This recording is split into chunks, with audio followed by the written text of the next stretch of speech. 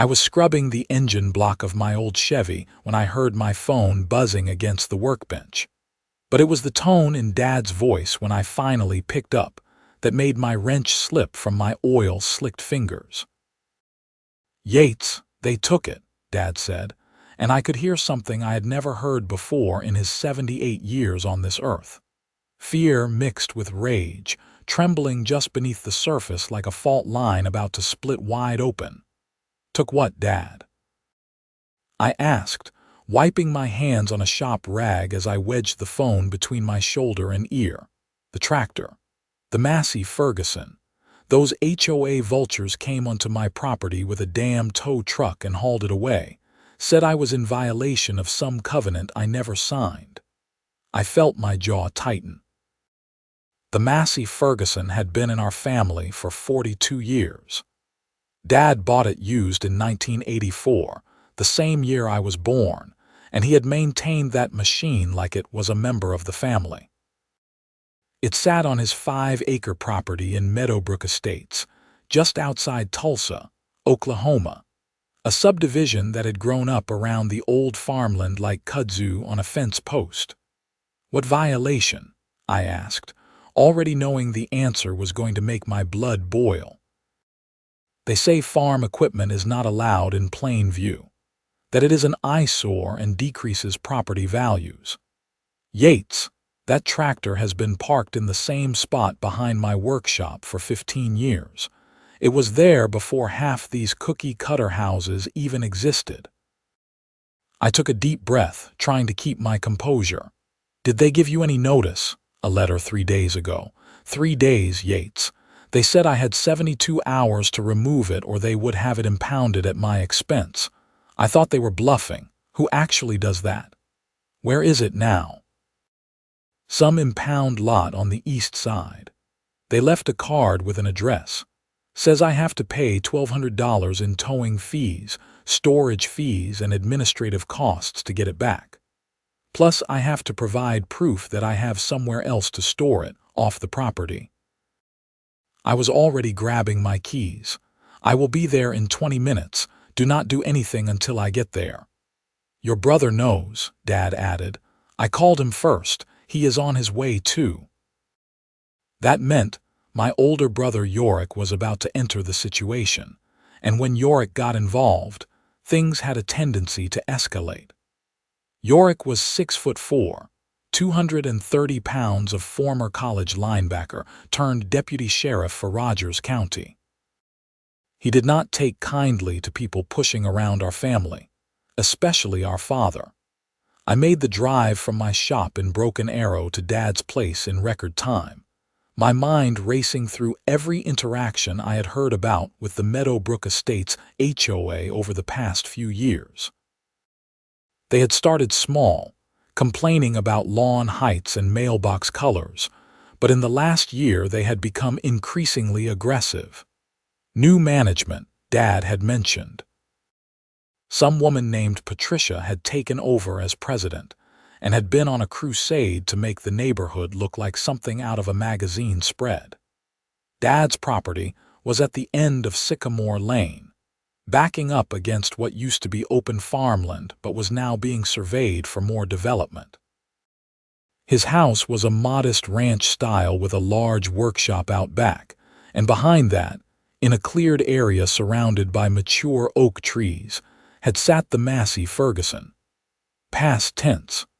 Now there was just an empty patch of gravel and some tire tracks from the tow truck. Dad was standing in that empty space when I pulled up, his weathered hands on his hips, staring at the ground like he could will the tractor back into existence. He wore his usual uniform of Carhartt work pants and a faded flannel shirt, his white hair thin but neatly combed back. He looked smaller somehow, diminished, and that made the anger in my chest burn hotter. "Hey, Dad," I said, walking up and putting a hand on his shoulder. He nodded but did not say anything right away. We stood there together, looking at the empty space. After a moment, he pulled a crumpled letter from his pocket and handed it to me. The letterhead read, "Meadowbrook Estates Homeowners Association, in an ornate script that probably cost more to design than the paper was worth. Below that, in crisp corporate language, was a notice of violation for unapproved storage of agricultural equipment in visible location, citing section 12.4 of the Community Covenants. It was signed by Patricia Hendricks, HOA president, and countersigned by someone named Brenda Morrison, compliance officer.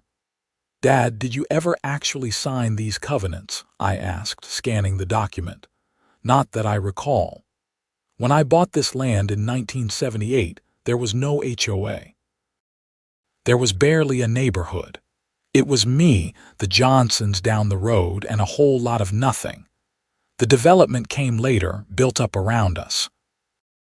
They tried to get me to sign some papers about 5 years back when they officially incorporated the HOA, but my lawyer at the time said I did not have to since my deed predated their establishment. That was the key right there. If Dad's property predated the HOA, he might not be subject to their covenants at all.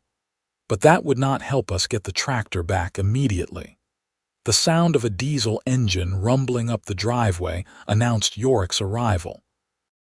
He drove a lifted Dodge Ram, black with chrome accents, and he parked it at an angle that suggested he was ready to leave in a hurry if needed. When he climbed out, I could see he was in his deputy uniform, complete with the badge and duty belt, though I knew he was technically off shift. "What do we know?"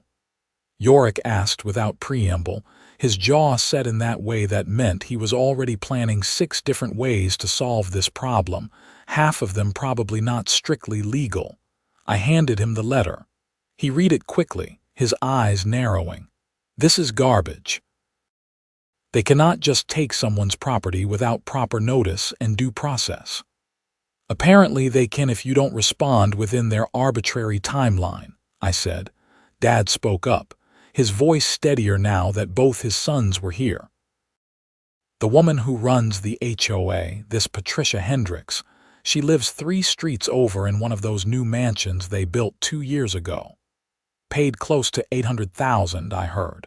She has been making the rounds, taking photos of everyone's property, looking for violations. Mrs. Chen got cited for having her trash cans visible from the street. The Rodriguez family got fined because their daughter's birthday balloons were still up 2 days after the party." Yorick handed the letter back to me. "I am going to make some calls. This smells like theft to me, badge or no badge on the tow truck driver." "They had paperwork," Dad said. "The driver showed me an authorization form signed by the HOA board, said it was all legal and proper." "We will see about that," Yorick muttered, already pulling out his phone. While Yorick stepped away to make his calls, I walked around the property with Dad, getting the full story. He explained that the Massey Ferguson was not just a decoration. He still used it to maintain the back acres of his property, to clear brush, to help neighbors with heavy work when they needed it. It was functional, well-maintained, and it represented a connection to a way of life that was rapidly disappearing under the advance of suburban sprawl. "I am not against progress," Dad said as we walked, "but there should be room for both, you know. For the new houses and the old ways. I keep my property clean, I mow the lawn. I do not have junk cars on blocks in the front yard. That tractor was tucked back here, barely visible from the road. You would have to walk onto my property to even see it properly." "Did they walk onto your property to take the photos?" I asked. Dad stopped walking. "You know, I think they might have. I found boot prints back here last week, thought maybe it was kids cutting through. But the angle in the photo they sent with the violation notice, you would have to be standing right about here to get that shot. That was trespassing. That was another nail in the HOA's coffin if we played this right." Yorick came back over, his phone still in hand. "Okay, I talked to a friend in the legal department. Here is the situation. Technically, If the tow company had authorization from the HOA and the HOA has the legal authority to enforce covenants, they can impound property. But, and this is a big but, they have to follow proper procedure. That means adequate notice, opportunity to remedy, and a clear legal basis. Dad never signed the covenants, I pointed out. That is going to be the key issue. If his deed predates the HOA and he never voluntarily joined, they have no authority over him. But proving that in time to get the tractor back without paying their ransom is going to be tricky. We need to pull the deed records, review the HOA incorporation documents, and probably get a lawyer involved. Dad shook his head. I do not want to pay some lawyer $300 an hour to fight over a tractor. You might not have to, Yorick said, but first, I want to have a conversation with this Patricia Hendricks. Find out exactly what she thinks gives her the right to come onto your property and seize your belongings. I could see where this was going, and I was all for it. Let us all go have that conversation. The three of us piled into Yorick's truck and drove through the winding streets of Meadowbrook Estates toward the newer section of the development. The contrast was stark. Dad's area had older trees, varied architecture, and properties that showed individual character.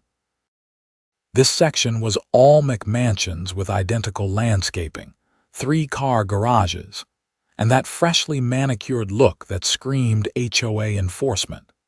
Patricia Hendricks lived at 4758 Willow Creek Court in a 2-story colonial with white columns and a circular driveway.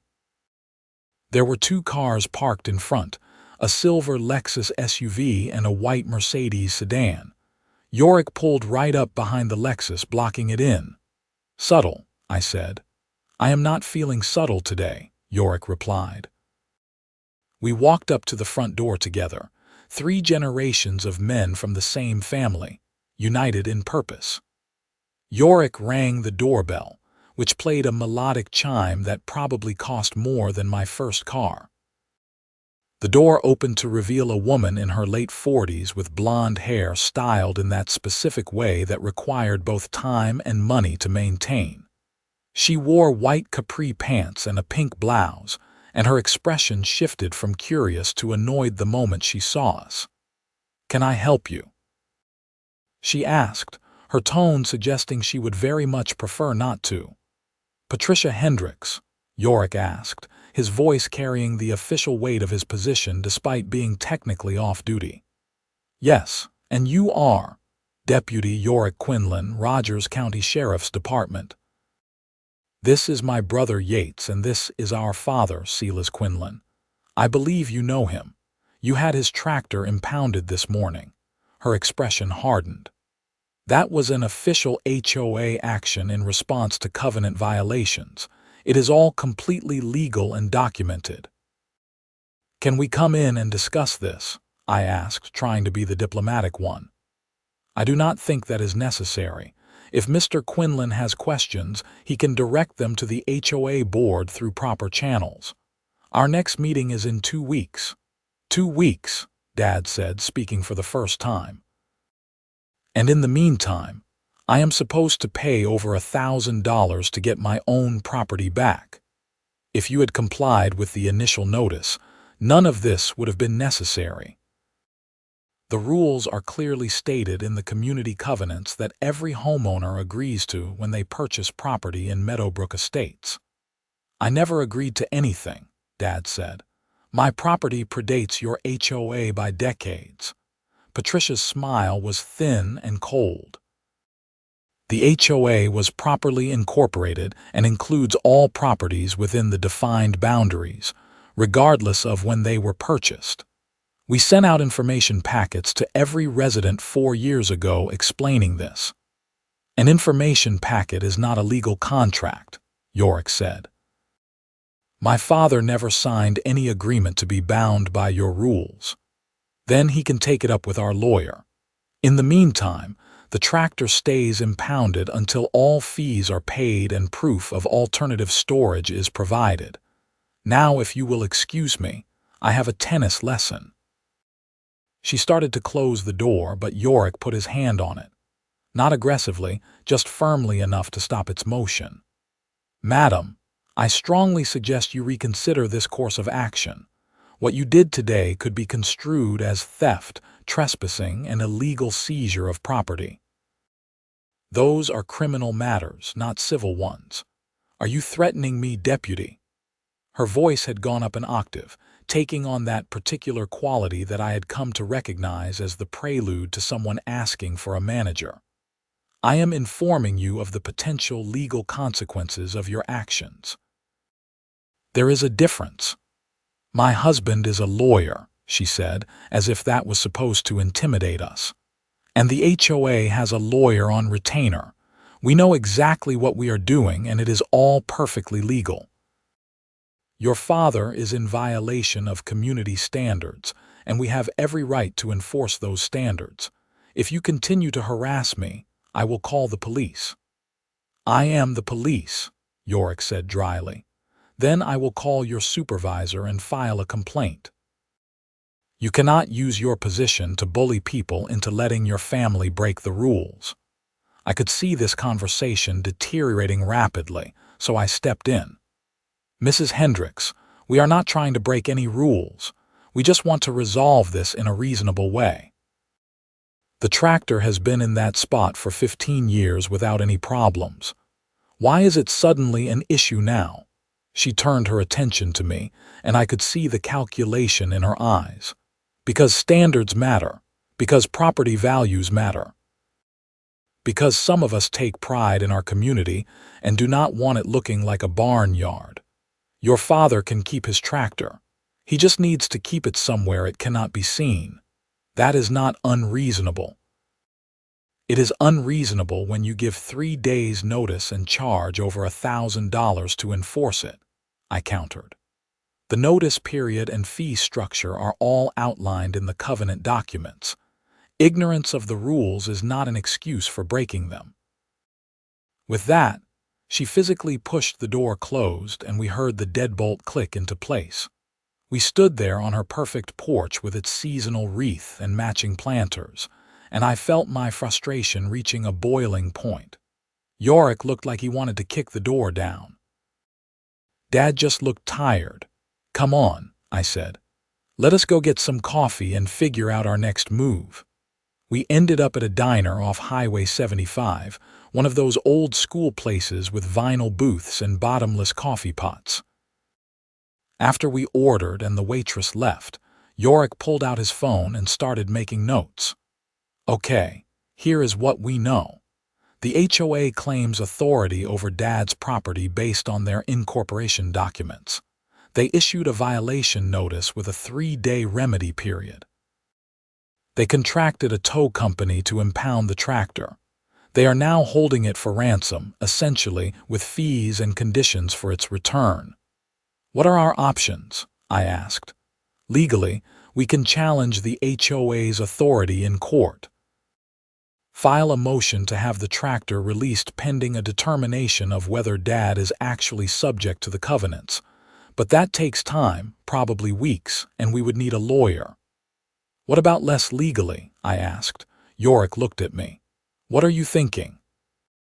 "I am thinking that tractor is Dad's property, impounded on questionable legal grounds. I am thinking that if we knew where it was, we might be able to retrieve it." "That is theft," Yorick said, but his tone was more contemplative than condemning. "Is it theft to take back something that was stolen from you?" Dad had been quiet, sipping his coffee and staring out the window. Now he spoke up. "I do not want you boys getting in trouble over this. It is just a tractor." "It is not just a tractor, Dad," I said. "It is the principle.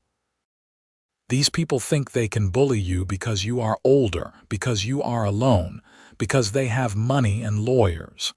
They think they can just take what they want and force you to pay to get it back. That is not right." Yorick was scrolling through his phone. "The impound lot is at 7823 East Admiral Place. I know the guy who runs it, actually. Jimmy Stoltz. We went to high school together."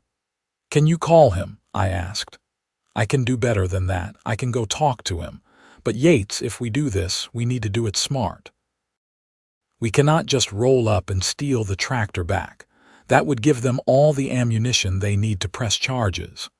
So what do you suggest? Yorick thought for a moment, then a slow grin spread across his face.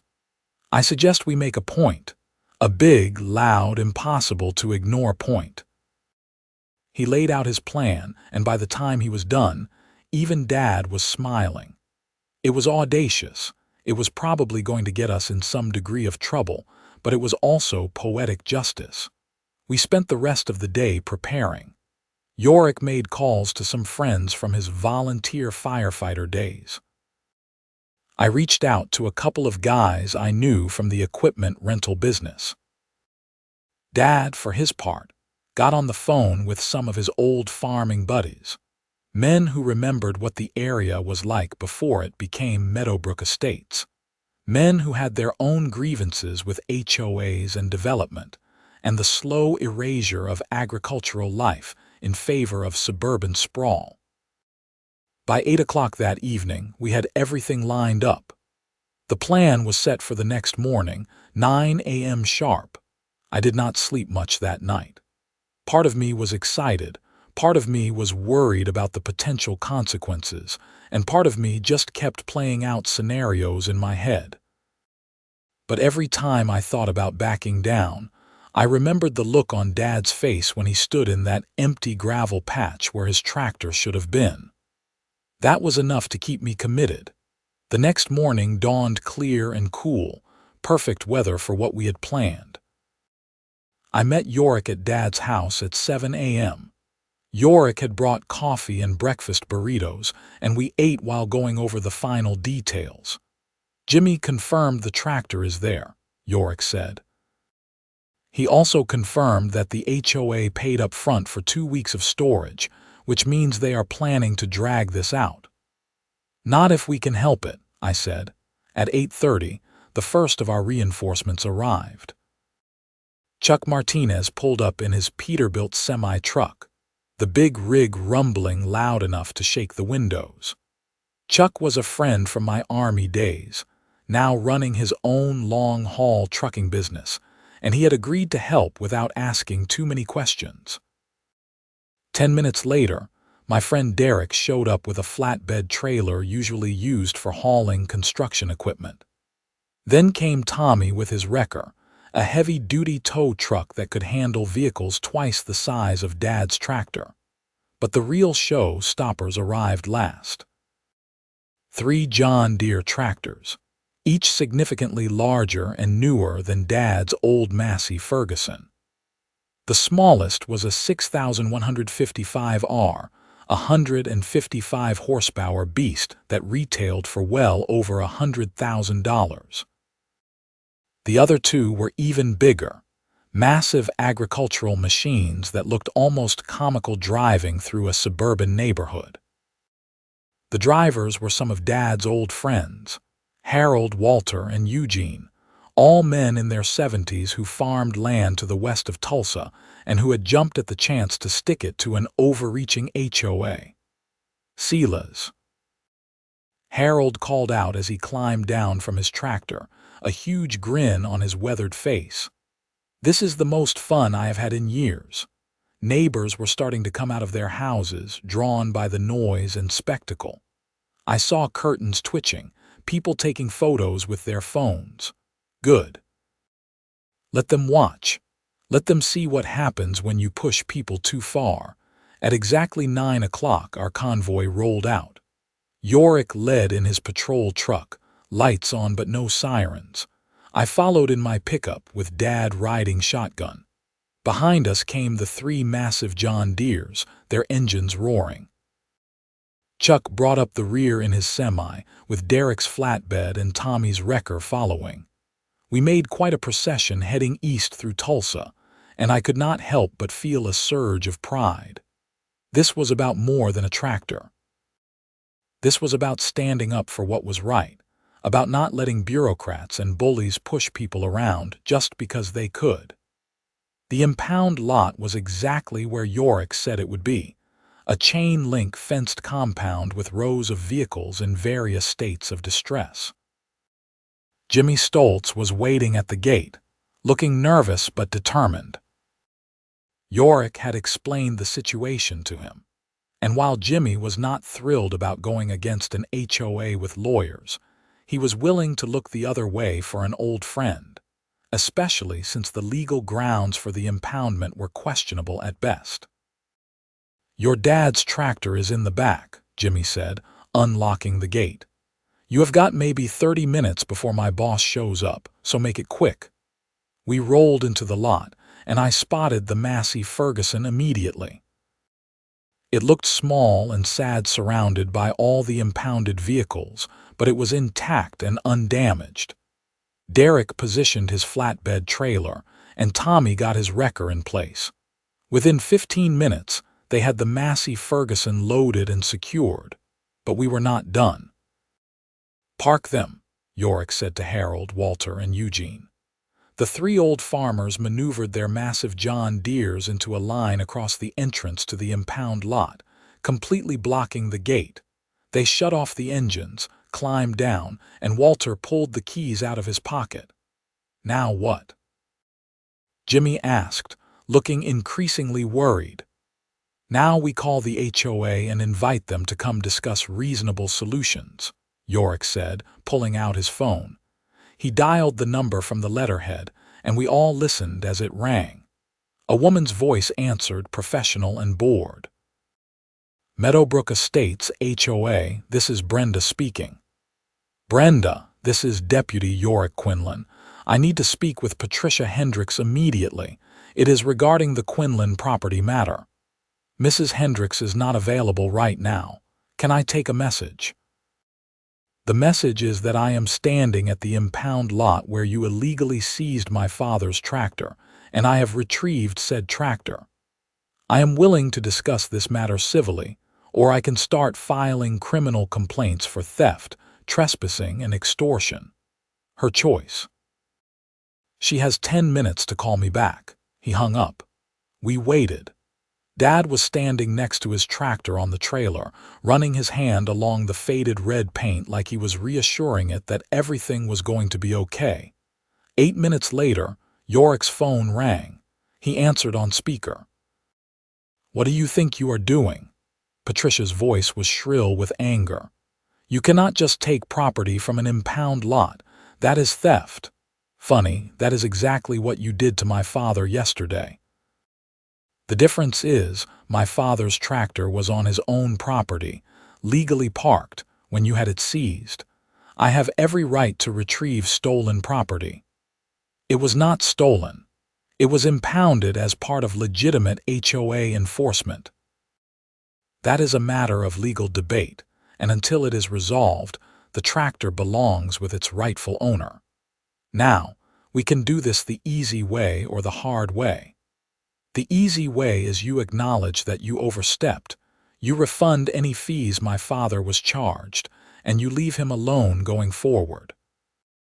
The hard way involves lawyers, criminal complaints, and a whole lot of negative publicity for your HOA.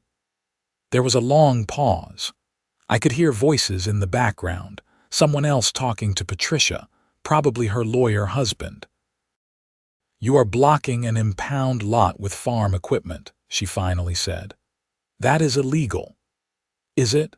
Because I am looking at 3 tractors legally parked on private property with the permission of the lot owner. They are not obstructing any public right-of-way. They are just taking up space. Space that happens to block the gate. Funny how that worked out. This is extortion. No, this is negotiation. You took something that did not belong to you, we took it back. Now we are discussing terms. I suggest you discuss with your lawyer husband whether you want to escalate this into a legal battle that you might not win, or whether you want to be reasonable adults about it." More muffled conversation. Then Patricia came back on, her voice tight with barely controlled fury. "Fine. We will waive the fees. But your father's property is still in violation of community covenants, and we will continue to enforce those covenants through proper channels." Here is the thing, Patricia. My father's property predates your HOA. He never signed your covenants. You have no legal authority over him. That is not correct. All properties within the Meadowbrook Estate's boundaries are subject to the HOA covenants as of the date of incorporation, regardless of when they were purchased. It is in the county records. Yorick looked at me, and I could see we had not anticipated this argument. If the HOA had managed to get county approval for blanket coverage of all properties in their boundaries, Dad might actually be stuck with them, signed agreement or not. I am going to need to see documentation of that, Yorick said. Fine. Come to the HOA office tomorrow at 10 a.m. and we will show you everything. In the meantime, remove those tractors from the impound lot, or I will have them towed. Good luck finding a tow truck big enough, Yorick said, and ended the call. We regrouped, huddling together in the morning sun while the impound lot owner Jimmy paced nervously in the background. Harold, Walter, and Eugene were thoroughly enjoying themselves, sharing a thermos of coffee and swapping stories like they were at a county fair instead of staging a protest. What do you think? I asked Yorick. I think she might be right about the county records. Some HOAs do get blanket approval, especially in newer developments. They annex existing properties into the HOA boundaries when they incorporate. It is shady, but it can be legal if it is done through proper channels. Dad shook his head. I never got any notice about being annexed into anything. They are supposed to provide notice, but the requirements can be loose. Sometimes a notice in the local newspaper is considered sufficient. We need to pull the records and see exactly what happened. So what do we do now? I asked. Yorick thought for a moment. We take the tractor home. We move the big rigs out so Jimmy does not get in trouble. And we go to that meeting tomorrow prepared to fight this properly. If Dad is actually bound by the HOA covenants, we will deal with that. But I am willing to bet there are procedural problems with how they incorporated, and if there are, we can challenge it. It was not the total victory I had been hoping for, but it was a start. We loaded up and headed back to Dad's place, our convoy attracting even more attention on the return trip. By the time we got the Massey Ferguson unloaded and parked back in its spot behind the workshop, it was early afternoon, and I was exhausted from the adrenaline crash. Harold, Walter, and Eugene refused payment for their time, insisting that the entertainment value alone was worth the trip. You need us again, you call, Harold said, shaking Dad's hand. We old-timers need to stick together. After everyone left, it was just the three of us again, sitting on Dad's back porch and looking at the tractor in its rightful place. Thank you, boys, Dad said quietly. I know I said it was just a tractor, but having you both come through like this, it means more than you know. That is what family does, Yorick said. That evening, I went home to my own place in Broken Arrow and spent several hours online researching HOA law in Oklahoma. What I found was not encouraging. Oklahoma law did allow for HOAs to have broad authority over properties within their jurisdiction, and if an HOA was properly incorporated with county approval, they could enforce covenants even on properties that predated the HOA's existence. But there were protections. Property owners had to receive proper notice of the incorporation. They had the right to challenge the inclusion of their property in the HOA. And any enforcement actions had to follow due process, including adequate notice, opportunity to remedy, and fair application of rules. The 3-day notice Dad received seemed woefully inadequate, especially for a first-time violation of a rule that was being enforced on a property feature that had existed for 15 years. That suggested selective enforcement, which was a violation of fair housing laws and could be grounds for challenging the entire action. I made notes, printed out relevant statutes, and prepared for the next day's meeting like I was going into battle. Which, in a way, I was. The next morning, Yorick picked me up and we drove to Dad's house together. Dad was ready, dressed in his good jeans and a button-up shirt, his jaw set with determination. We piled into Yorick's truck and headed to the Meadowbrook Estates HOA office. The office was located in a small professional building near the entrance to the development, sharing space with a real estate agency and an insurance broker.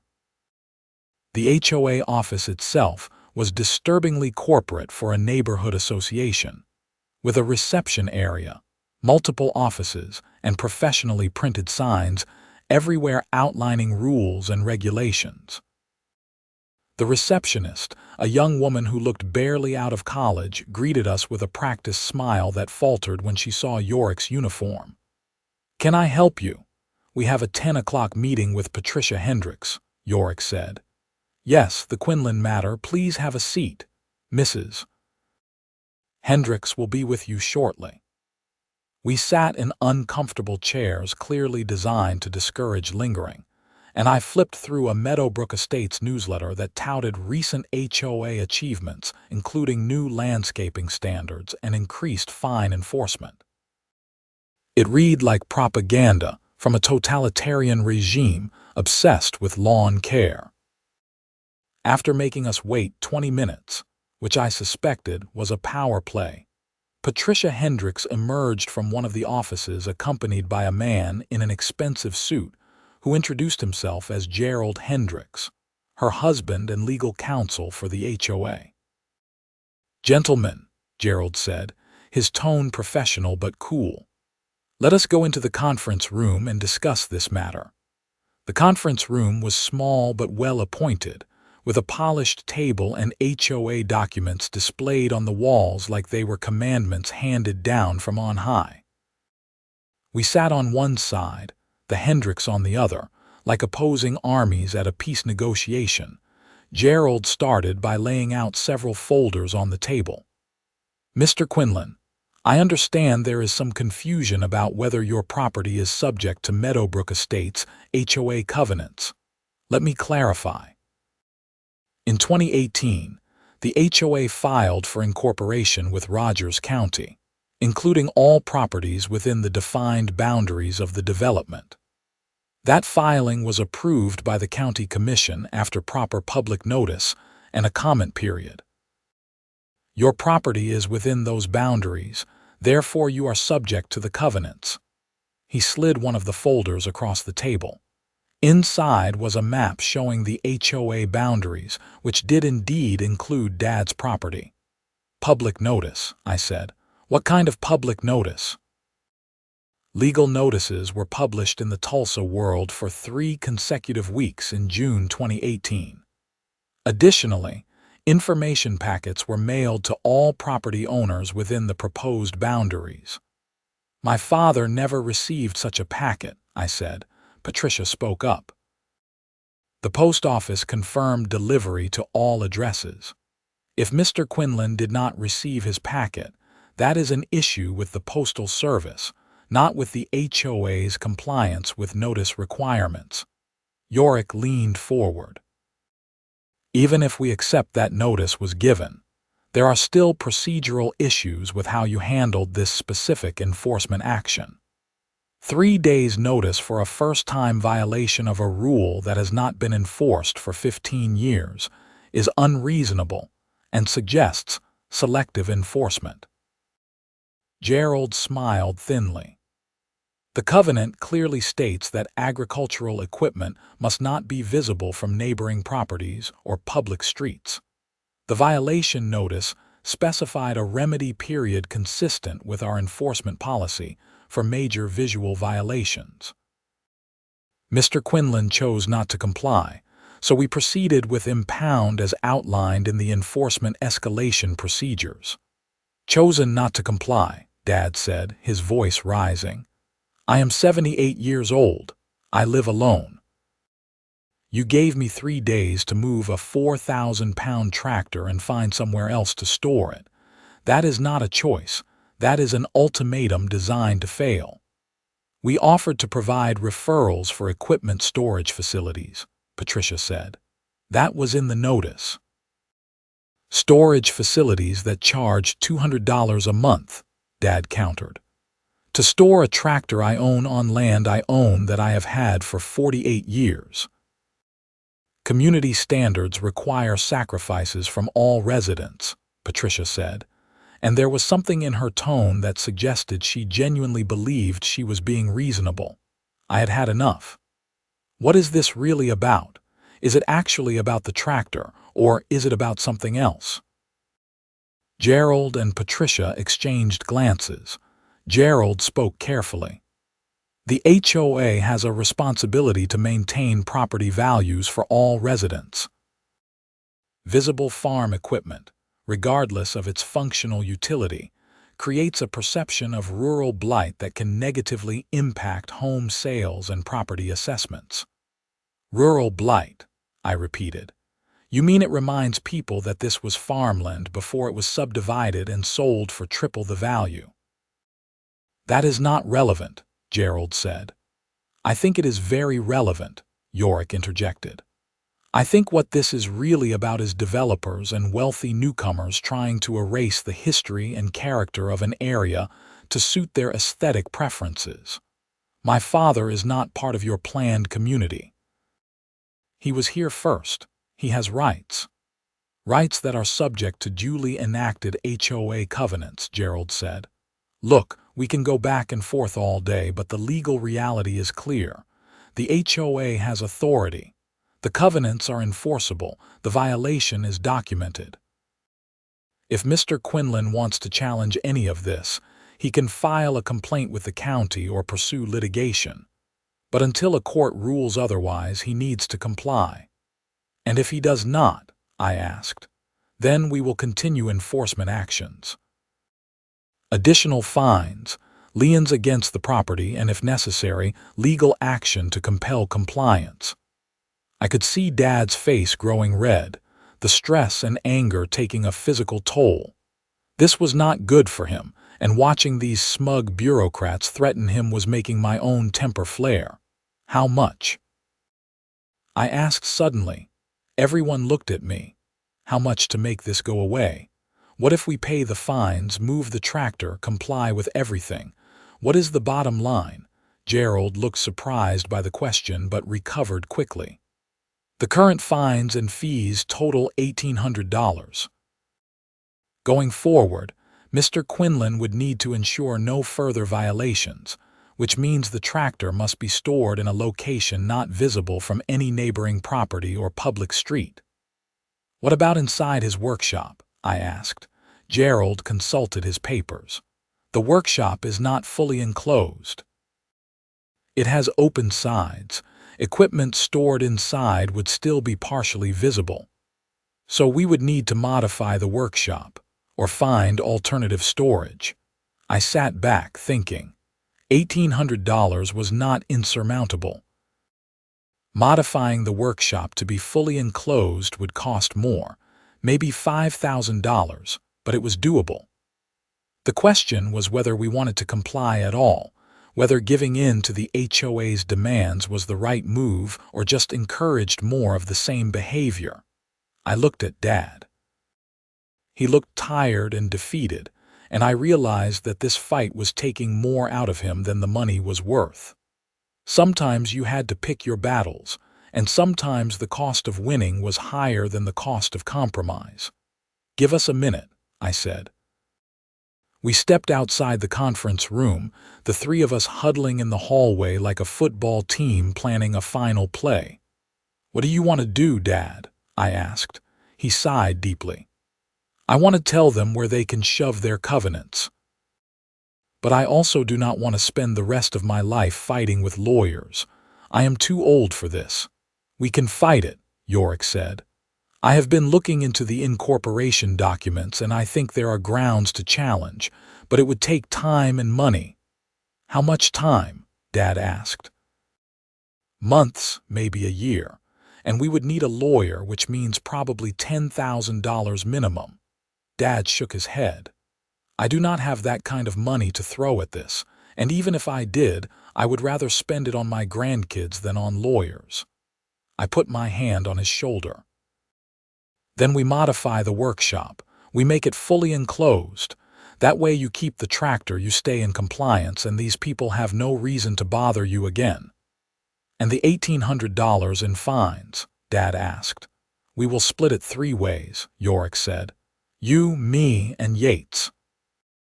200 each for the 3 of us and 1,200 from your savings. It is not fair, but it gets us out from under this. Dad nodded slowly. Okay, let us do that. We went back into the conference room and I laid out our offer. We will pay the fines and fees. My father will modify his workshop to fully enclose it, keeping the tractor out of view. In exchange, we want written confirmation that once these steps are complete, there will be no further action on this matter, and the HOA will not pursue any additional violations related to the tractor or workshop. Gerald made some notes. That is acceptable, provided the modifications are completed within 90 days and approved by the HOA Architectural Review Committee. Approved by committee, I said. So you can just deny it arbitrarily. The committee follows established guidelines, Patricia said. As long as the modifications meet the structural and aesthetic requirements outlined in the covenants, there should be no issue. I did not trust that for a second, but I also knew we were not going to get a better deal. Fine. Draw up the agreement and we will sign it. It took another hour of waiting while Gerald drafted a settlement agreement on his laptop and printed it out on the office's fancy letterhead. We all signed it, Dad's hand shaking slightly as he wrote his name. Patricia signed as HOA president, and Gerald notarized it as if this were some major legal victory instead of bullying an old man into compliance. We walked out of that office into the bright Oklahoma sun, and I felt hollow inside. We had not won. We had not even really fought. We had just given in to keep the peace. I am sorry, Dad, I said as we drove back to his house. For what? For not being able to do more, for letting them push you around. Dad was quiet for a moment. You boys did plenty. You got my tractor back. You stood up for me. That is more than I could have asked for. The rest is just money and compromise. I have been making both my whole life. But it did not feel like enough. It felt like the system was rigged, like people with money and lawyers could impose their will on everyone else. And there was nothing you could do about it except comply or bankrupt yourself fighting. Over the next week, I threw myself into the workshop modifications. I called in favors, used my connections in the construction trade, and worked every evening after my regular job to get it done. Yorick helped when he could, and even Dad pitched in despite our protests that he should rest. We added walls to the open sides of the workshop, installed proper doors, and even upgraded the roof while we were at it. By the time we were done, it was not just enclosed, it was legitimately improved. The tractor sat inside, protected from the elements, and Dad had a proper workspace that he could use year-round. The Architectural Review Committee took their sweet time approving it, nitpicking details and requiring photos from multiple angles, but eventually they signed off. The matter was closed. Life went back to normal, or as normal as it could be. Dad went about his business, maintaining his property and helping neighbors when they needed a tractor or an extra pair of hands. Yorick went back to his regular patrol duties. I went back to my shop. But something had changed. Word had spread through the neighborhood about what had happened, about the HOA seizing the tractor and us retrieving it with the convoy of bigger tractors and Yorick's sheriff badge. People talked. They shared stories of their own run-ins with Patricia and the HOA board. A common resentment was building. 3 months later, I got a call from a man named David Chen. He lived 2 streets over from Dad, and had received a violation notice for having decorative stones in his front yard that were not on the approved landscaping materials list. "I heard what you did for your father," David said. "I am not asking you to fight my battle, but I wanted to know if you had any advice. I am tired of being nickel and dimed by these people." I told him what I had learned, gave him the names of a few lawyers who specialized in HOA disputes, and encouraged him to document everything. A week later, another neighbor called with a similar question. Then another. An idea started forming in my mind. What if instead of fighting individual battles, we organized? What if all the people who were fed up with Patricia's reign of terror banded together? I ran the idea past Yorick, who was immediately on board. "You are talking about a counter-coup," he said with a grin. "I love it." We started quietly, reaching out to neighbors, hosting informal gatherings where people could share their grievances. The turnout was better than I had hoped. Turns out Patricia had made a lot of enemies with her aggressive enforcement tactics. We learned that HOAs were democratic in theory. Board members were elected by the homeowners. If we could get enough people to vote, we could replace the entire board. The annual HOA meeting was scheduled for 6 months out. We had that long to organize a slate of candidates and get out the vote. Patricia caught wind of what we were doing, of course. She started her own campaign, sending out newsletters touting the HOA's accomplishments under her leadership. She organized a beautification contest with prizes. She even tried to buy support by funding a neighborhood block party. But she had miscalculated. People did not want prizes and parties. They wanted to be left alone. They wanted reasonable enforcement of reasonable rules, not petty tyranny over mailbox colors and Christmas decorations. We kept our slate simple. 5 candidates for the 5 board positions, all long-time residents with reputations for fairness and common sense. Our platform was equally simple. Less enforcement, lower fees, more focus on actual community needs like road maintenance and drainage issues. Dad was reluctant to get involved at first, worried about making himself more of a target. But as he saw more neighbors step forward with their own stories, he became energized. He had lived through worse than a snippy HOA president. He had raised 2 sons, buried his wife, and kept a farm running through droughts and economic downturns. He was not about to be intimidated by Patricia Hendricks. The night of the annual meeting, the community clubhouse was packed. Every seat was taken, with people standing along the walls. Patricia presided from the head table, her confidence clearly shaken by the turnout. The meeting followed the standard agenda: treasurer's report, committee updates, old business. Then came new business and elections. We had prepared carefully, making sure we understood the HOA bylaws inside and out. Nominations were opened. Our slate was nominated and seconded. Patricia tried to delay the vote, claiming irregularities, but Gerald advised her to proceed, probably recognizing that fighting would only make things worse. The vote was by secret ballot, with each homeowner getting 1 vote per property owned.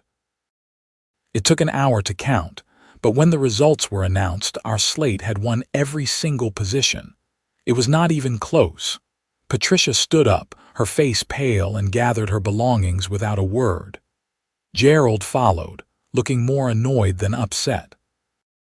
They walked out of the clubhouse, and I have never seen someone look smaller than Patricia did in that moment. The new board was sworn in immediately, as per the bylaws. Their first act was to conduct a comprehensive review of all outstanding violations and fines. Dad's case was one of dozens that were found to have procedural problems. The new board voted to refund his $1,800 with an official apology. They also voted to amend the covenants to make them more reasonable. Agricultural equipment was allowed if it was properly maintained and not a nuisance. Enforcement actions required progressive warnings with reasonable remedy periods. And most importantly, the budget for enforcement was slashed in favor of actual infrastructure improvements. It took time to turn the ship around, but within a year, Meadowbrook Estates felt like a different place. People were friendlier, more relaxed. There were still rules, of course, but they were applied with common sense and compassion rather than as weapons. Dad got his money back and used part of it to buy a bottle of good bourbon, which the three of us shared one evening on his back porch, the Massey Ferguson visible through the open workshop doors. "You know what the funny thing is?" Dad said, swirling his bourbon. "I was thinking about selling this place, moving somewhere smaller, maybe a condo. I was tired of fighting to keep what I had built." "And now?" I asked. "Now I think I will stay a while longer, see what happens with the new HOA, maybe even serve on a committee or two," he grinned. "I have always wanted to be on the architectural review committee. Make sure they approve some actual barns instead of just fancy sheds." We laughed at that, the sound carrying out into the warm Oklahoma night. The story did not end there, though. About 6 months after the election, I got a call from Yorick. He sounded serious. "You remember how Patricia and Gerald left town after the election?" "Yeah, they moved to some gated community in Texas, I heard." "Right. Well, the new HOA treasurer has been going through the books, and she found some irregularities. Looks like Patricia was paying herself a salary that was never approved by the board, and there are some invoices for work that may never have been done." "How much are we talking about?" "Around $40,000 over 3 years. I whistled. That was not small-time embezzlement, that was serious fraud. "The treasurer filed a report with the county prosecutor," Yorick continued. "They are opening an investigation.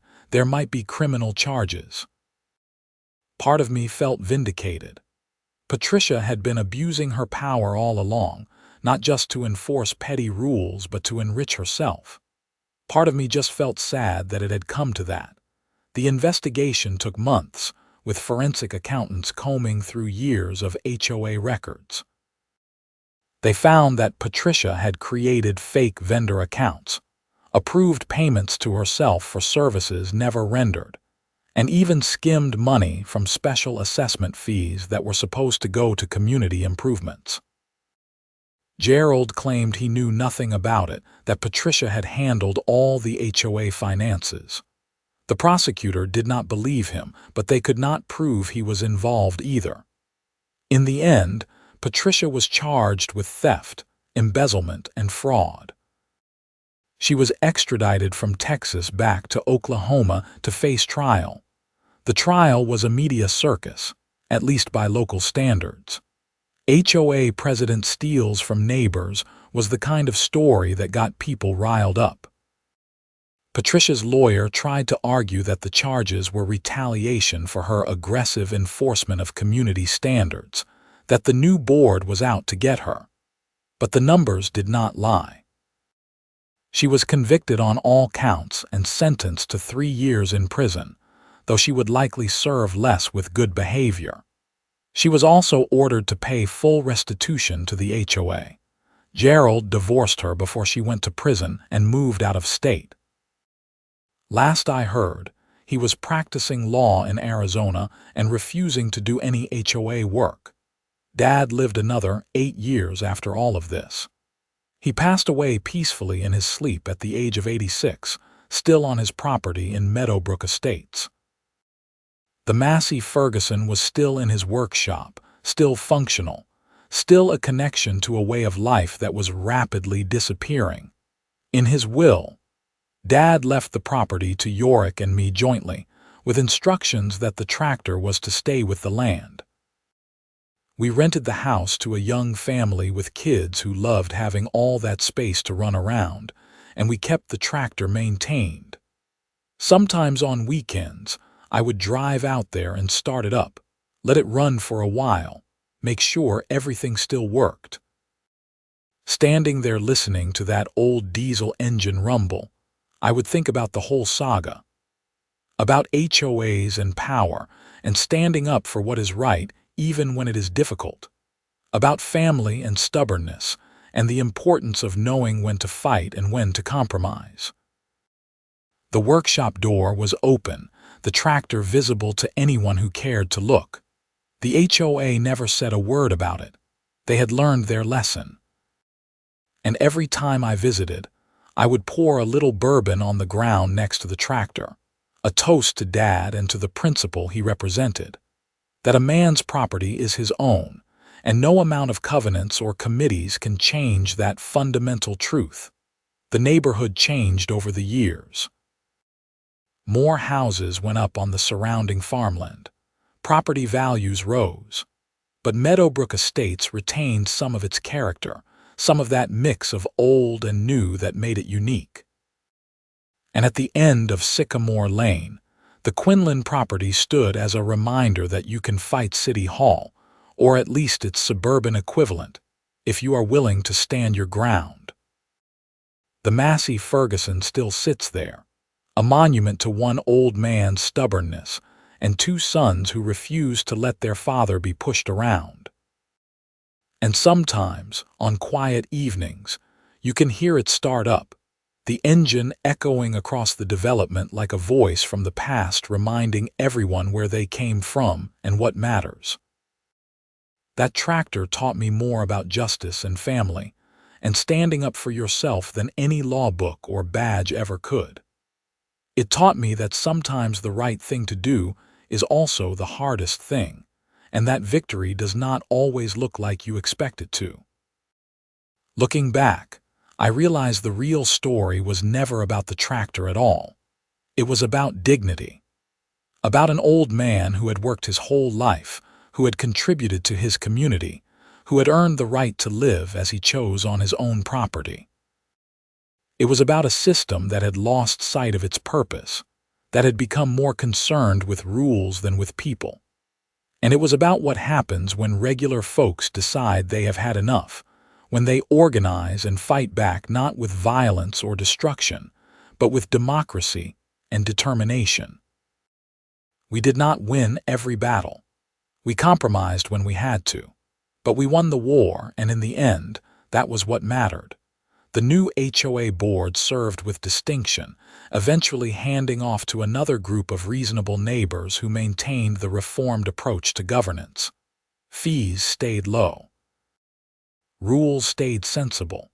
The community thrived not despite the reduced enforcement but because of it. I still live in Broken Arrow, still run my shop.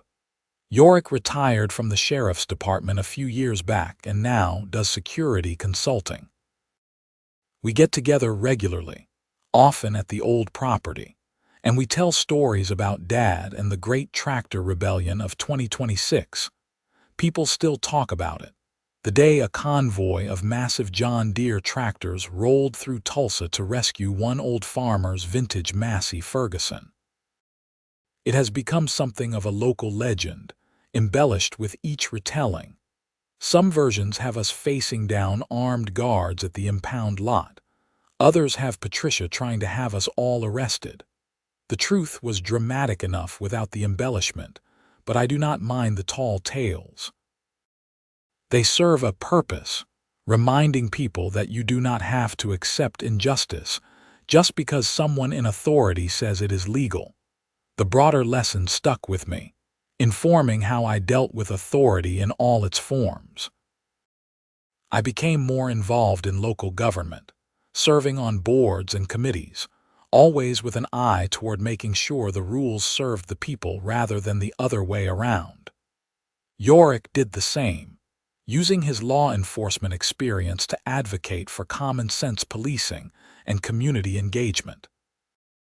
We tried to honor Dad's memory not just by maintaining his tractor, but by living according to the principles he demonstrated. Stand up for yourself, help your neighbors, and never let bureaucrats tell you what you can and cannot do on your own land within reason. The final chapter of this story, if there can be such a thing in an ongoing saga, came last year. The HOA decided to create a small community museum, a place to preserve the history of the area and the people who lived there before the suburbs arrived. They asked if they could feature Dad's story, complete with photos of the tractor and interviews with people who remembered him. I agreed on one condition, that they tell the whole truth, including the parts that reflected poorly on the old HOA leadership. They agreed, and the result was a display that did not shy away from the conflict but framed it as a learning experience, a cautionary tale about the dangers of unchecked power even in the smallest organizations. At the museum opening, I gave a short speech about Dad, about his life and his values. I talked about the importance of knowing your rights, of standing up to bullies no matter what form they take, and of family loyalty. Yorick stood beside me, his sheriff badge long since retired, but his bearing still commanding respect. And behind us, on loan for the exhibit, sat the Massey Ferguson, polished and gleaming, a testament to the idea that some things are worth fighting for, that principle matters more than convenience, and that even in our modern regulated world, there is still room for the stubborn independence that built this country. People asked me afterward if I thought it was all worth it, the stress and the time and the money we spent fighting the HOA. I told them what Dad would have said, that you cannot put a price on dignity, that some battles choose you rather than the other way around, and that the worst thing you can do is nothing. The tractor still runs. I make sure of it. And sometimes, when the world feels too complicated and bureaucratic, when I feel overwhelmed by rules and regulations and petty officials, I go out to that property, fire up the old Massey Ferguson, and let it remind me that we are not as powerless as they want us to believe. That rumbling diesel engine is the sound of resistance, of one family that refused to back down, of sons who showed up for their father when he needed them most. It is the sound of democracy in action, of neighbors banding together to reclaim their community from those who would control it for their own benefit. And it is the sound of hope, proof that even in our modern world of HOAs and ordinances and endless rules, there is still room for common sense, for compassion, and for the kind of justice that comes not from lawyers and courts but from people standing together and saying enough is enough. The fight was never really about a tractor. It was about whether we would let ourselves be pushed around, whether we would stand up for what was right, and whether family loyalty and community solidarity still meant something in 21st century America. We proved that they do. We proved that with determination, organization, and a willingness to stand your ground, you can take on even the most entrenched bureaucracy and win. We proved that sometimes the right approach is not compromise but confrontation, not negotiation but demonstration of force, even if that force comes in the form of farm equipment and a deputy's badge.